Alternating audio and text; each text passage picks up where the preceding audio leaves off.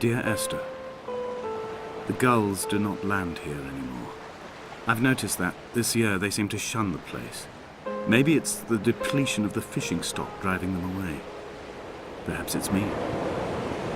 When he first landed here, Donnelly wrote that the herds were sickly and their shepherds the lowest of the miserable classes that populate these Hebridean islands. 300 years later, even they have departed.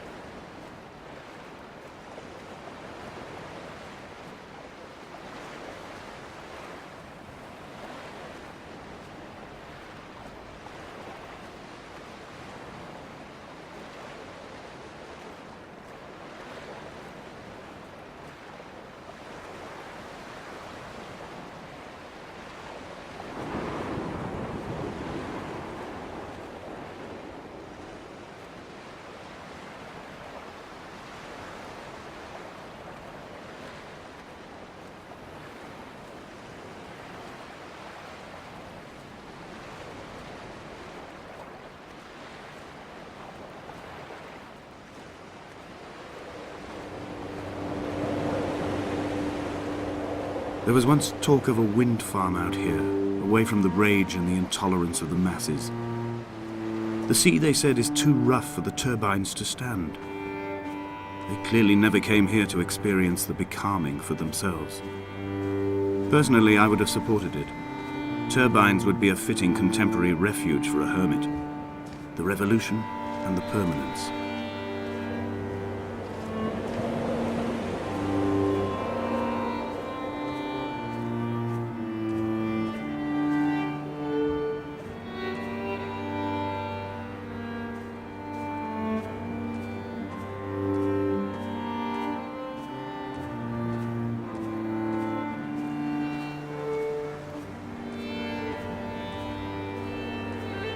Donnelly's book had not been taken out from the library since 1974.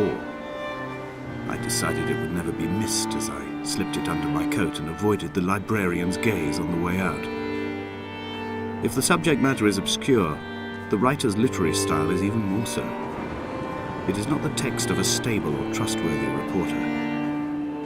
Perhaps it is fitting that my only companion in these last days should be a stolen book written by a dying man.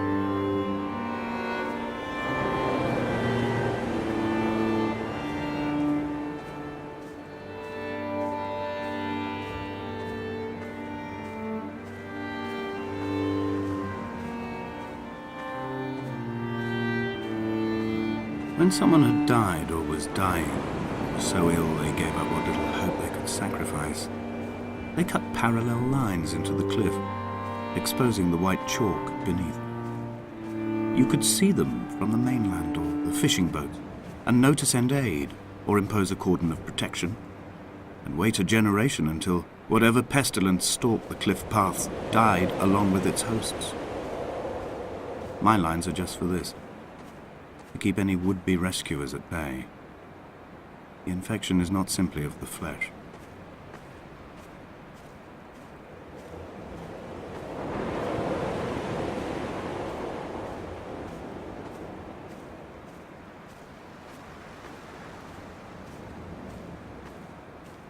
We are not like Lot's wife, you and I.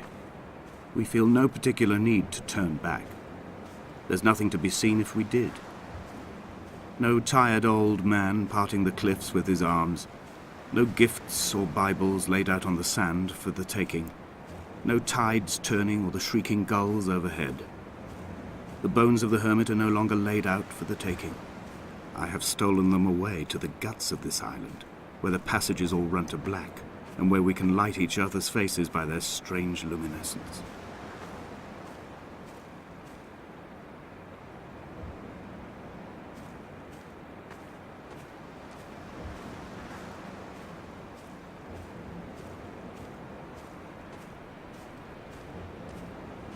Dear Esther, I met Paul.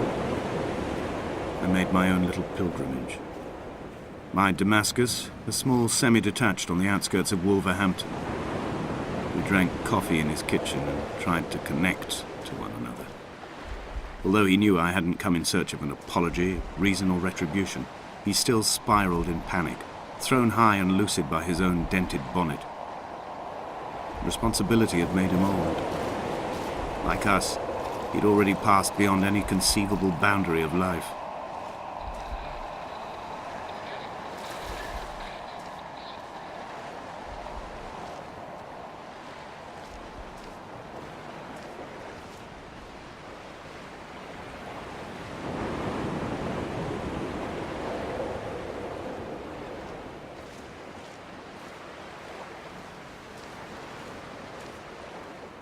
This hermit, this seer, this distant historian of bones and old bread, where did he vanish to? Why, asked the farmers. Why, asked Jacobson. Why bother with your visions at all, if you're just to throw your arms up at the cliff and let it close in behind you and seal you into the belly of the island, a museum shut to all but the most devoted?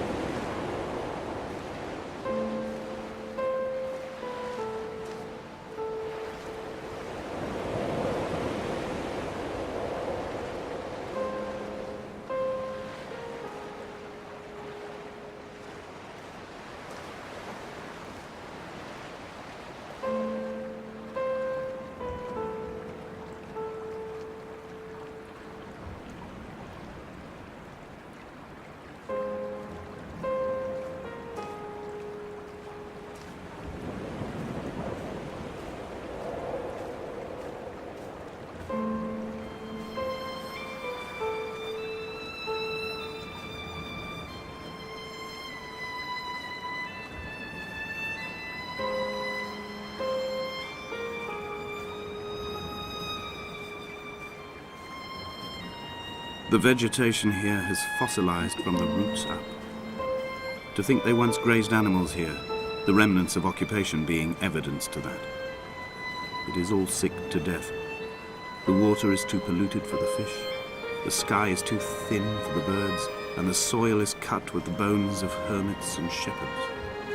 I've heard it said that human ashes make great fertilizer, that we could sow a forest from all that is left of your hips and ribcage, with enough left over to thicken the air and repopulate the bay.